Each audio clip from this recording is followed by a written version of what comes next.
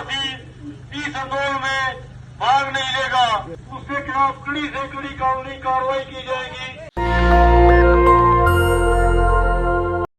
एक तरफ जहां संसद में किसान किसान हो रहा है, दूसरी ओर वहीं सड़कों पर किसानों को रोकने के लिए भारतीय जनता पार्टी और उसकी डबल इंजन की राज्य सरकारें किसानों को रोकने के लिए सीमेंटेड बैरिकेड लगा रही हैं।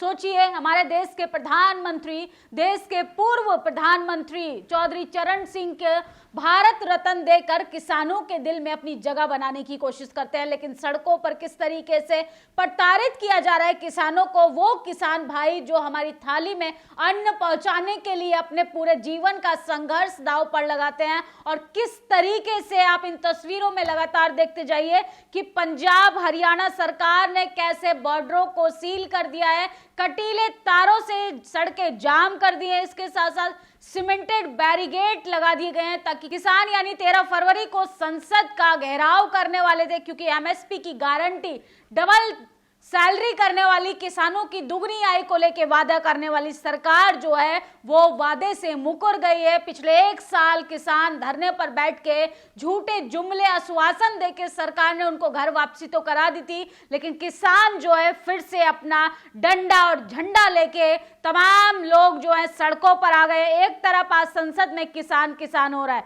वहीं दूसरी ओर किसानों को रोकने के लिए पंजाब हरियाणा के बीच शंभू बॉर्डर को सरकार ने सीमेंटेड बैरिकेड, कटीले तारों से सील कर दिया। किसान अपना हक मांग रहे हैं, नहीं कोई खैरात मांग रहे हैं। और जैसे बॉर्डरों को भी हाई अलर्ट कर दिया और कैसे मिलिट्री को सड़कों पर उतारा जा रहा है। आप ये तस्वीरें देखेंगे तो लगेगा जैसे इजराइल की तस्वीरें हैं, असल में ये भारत की तस्वीरें हैं। वो भारत जिसकी कल्पना देश के प्रधानमंत्री करते हैं। वो कहते हैं कि 2047 तक विकसित भारत बनाएंगे, जिसमें जवान परेशान रहेगा, किसान परेशान रहेगा, महिलाएं असुरक्षित महसूस करेंगी। लेकिन अब जो है सरकार का पाला चुनाव से पहले ईवीएम के साथ साथ किसानों से भी पड़ा है और उसे किसानों से भी निपटना पड़ेगा। किसानों के दिल्ली चलो के ऐलान के बाद गुड़गांव में अलर्ट जारी। अलर्ट को देखते हुए गुड़गांव दिल्ली, गुड़गांव झज्जर और गुड़गांव रेवाड़ी बॉर्डर पर कड़े इंतजाम। हरियाणा के 7 जिलों में मोबाइल इंटरनेट सेवाएं बंद कर दी गई हैं। सोचिए, तानाशाही देखिए, सरकार की क्रूरता देखिए कि ये भी नेतन्याहू की तरह बर्बरता पर उतर आए हैं। अपने ही नागरिकों को शांतिपूर्ण तरीके से धरना करने की आजादी तक ये लोग छीनते जा रहे हैं। सोचिए किस तरीके से बॉर्डरों पर ये तस्वीरों में आप देख सकते हैं कि पत्थरों के बड़े बड़े बैरिकेड लाए जा रहे हैं। तानाशाह फिर डर गया है।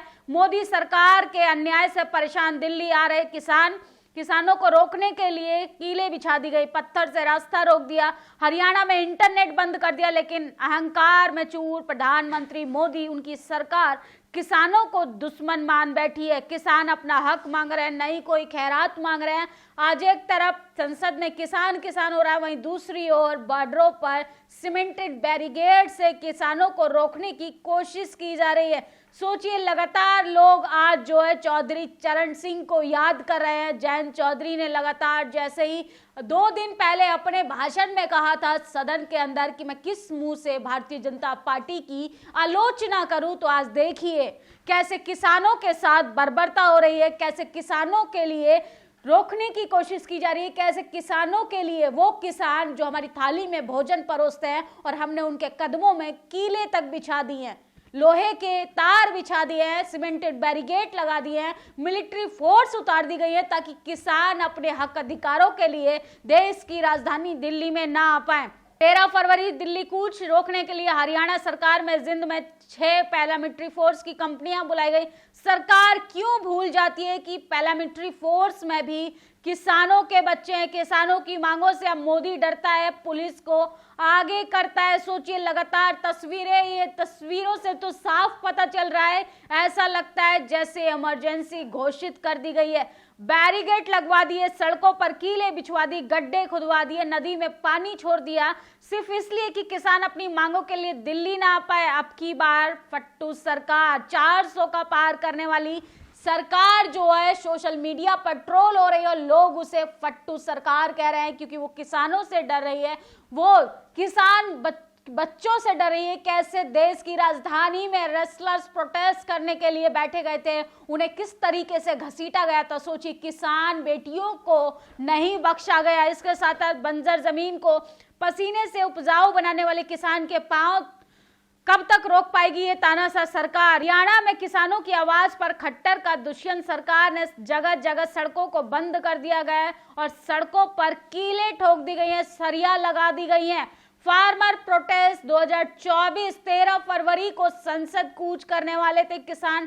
सरकार इस बार बहुत गंभीर लग रही है। किसानों के 13 फरवरी के दिल्ली कूच को रोकने के लिए, किसानों को समझाने के लिए सरकार ने 3 मंत्री एक बार फिर दिल्ली से चंडीगढ़ सोमवार को जा रहे हैं। एक हफ्ते में यह दूसरी मीटिंग है। सोचिए, लगातार मोदी सरकार जो है वो आप किसानों से डरने लगी है। पूरी तैयारी के साथ किसानों को रोकने के लिए वो तमाम तरीके के हथकंडे अपना रही, यहाँ तक कि वहां की नदियों में भी पानी छोड़ा जा रहा है ताकि किसान जो है किसी भी तरीके से बॉर्डर को पार ना कर पाए।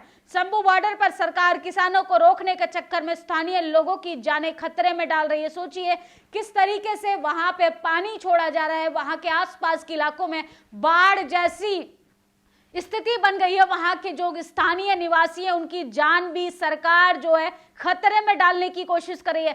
चौधरी चरण सिंह कितना खुश होते हैं इन कटीले तारों को देखकर। उन्हें अच्छा लगता है ना कि सरकारें किसानों को लगभग दुश्मन की तरह ट्रीट कर रही हैं। बताइए जयंत चौधरी जी, जयंत चौधरी अब सवालों में घिरते जा रहे हैं। जयंत चौधरी की तमाम लोग अब किरकिरी कर रहे हैं, उनसे सवाल कर रहे हैं, क्या यही आपका किसानों के प्रति प्रेम था? भारत सरकार ने बहुत से नए संगठन बनाए, एसकेएम जो इकट्ठा था उसको भी तोड़ने का काम करा दिया। राकेश टिकैत भी अब सरकार के सामने आकर खुलकर निशाना साधते हुए नजर आ रहे हैं और बगावत पर उतर आए हैं। अभिमन्यु कोहार जगह जगह मीटिंग कर रहे हैं। 13 फरवरी को संसद कूच होने वाला था। नेशनल दस्तक पर उनका इंटरव्यू भी दिखाएंगे। 13 फरवरी दिल्ली कूच के बारे में विशेष सूचना। इंटरनेट बंद होने से पहले वीडियो अधिक से अधिक रिट्वीट हो जाना चाहिए। सोचिए, इंटरनेट सेवाएं बंद कर दी गई हैं। पूरे देश को किस तरीके से छावनी में तब्दील करने की कोशिश की जा रही है।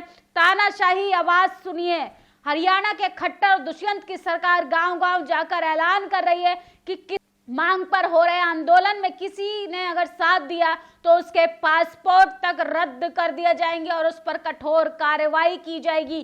तो मुस्कुराइए, आप राम राज्य में प्रवेश कर चुके हैं। क्या आप आपातकाल लागू हो गया ऐसा तो महसूस नहीं कर रहे हैं, क्योंकि भारतीय जनता पार्टी के नेता, अभिनेता, प्रवक्ताओं को ये विकास नजर आता है। किसानों को किस तरीके से रौंदा जा रहा है, किसानों को किस तरीके से परेशान किया जा रहा है, किसानों का मानसिक शारीरिक शोषण किया जा रहा है। ईवीएम की जरूरत कहां रही? अब बीजेपी का हारा हुआ कैंडिडेट जीत का सर्टिफिकेट लेकर विपक्ष का हारा हुआ कैंडिडेट बीजेपी के पास जाकर बीजेपी पार्टी ज्वाइन कर लिया। सोचिए, राकेश टिकैत जो है वो जयंत चौधरी को घेरते हुए कह रहे हैं किसानों की मांगों से अब मोदी डरता है तो पुलिस के जवानों को आगे करता है। आपातकाल लागू हो चुका है।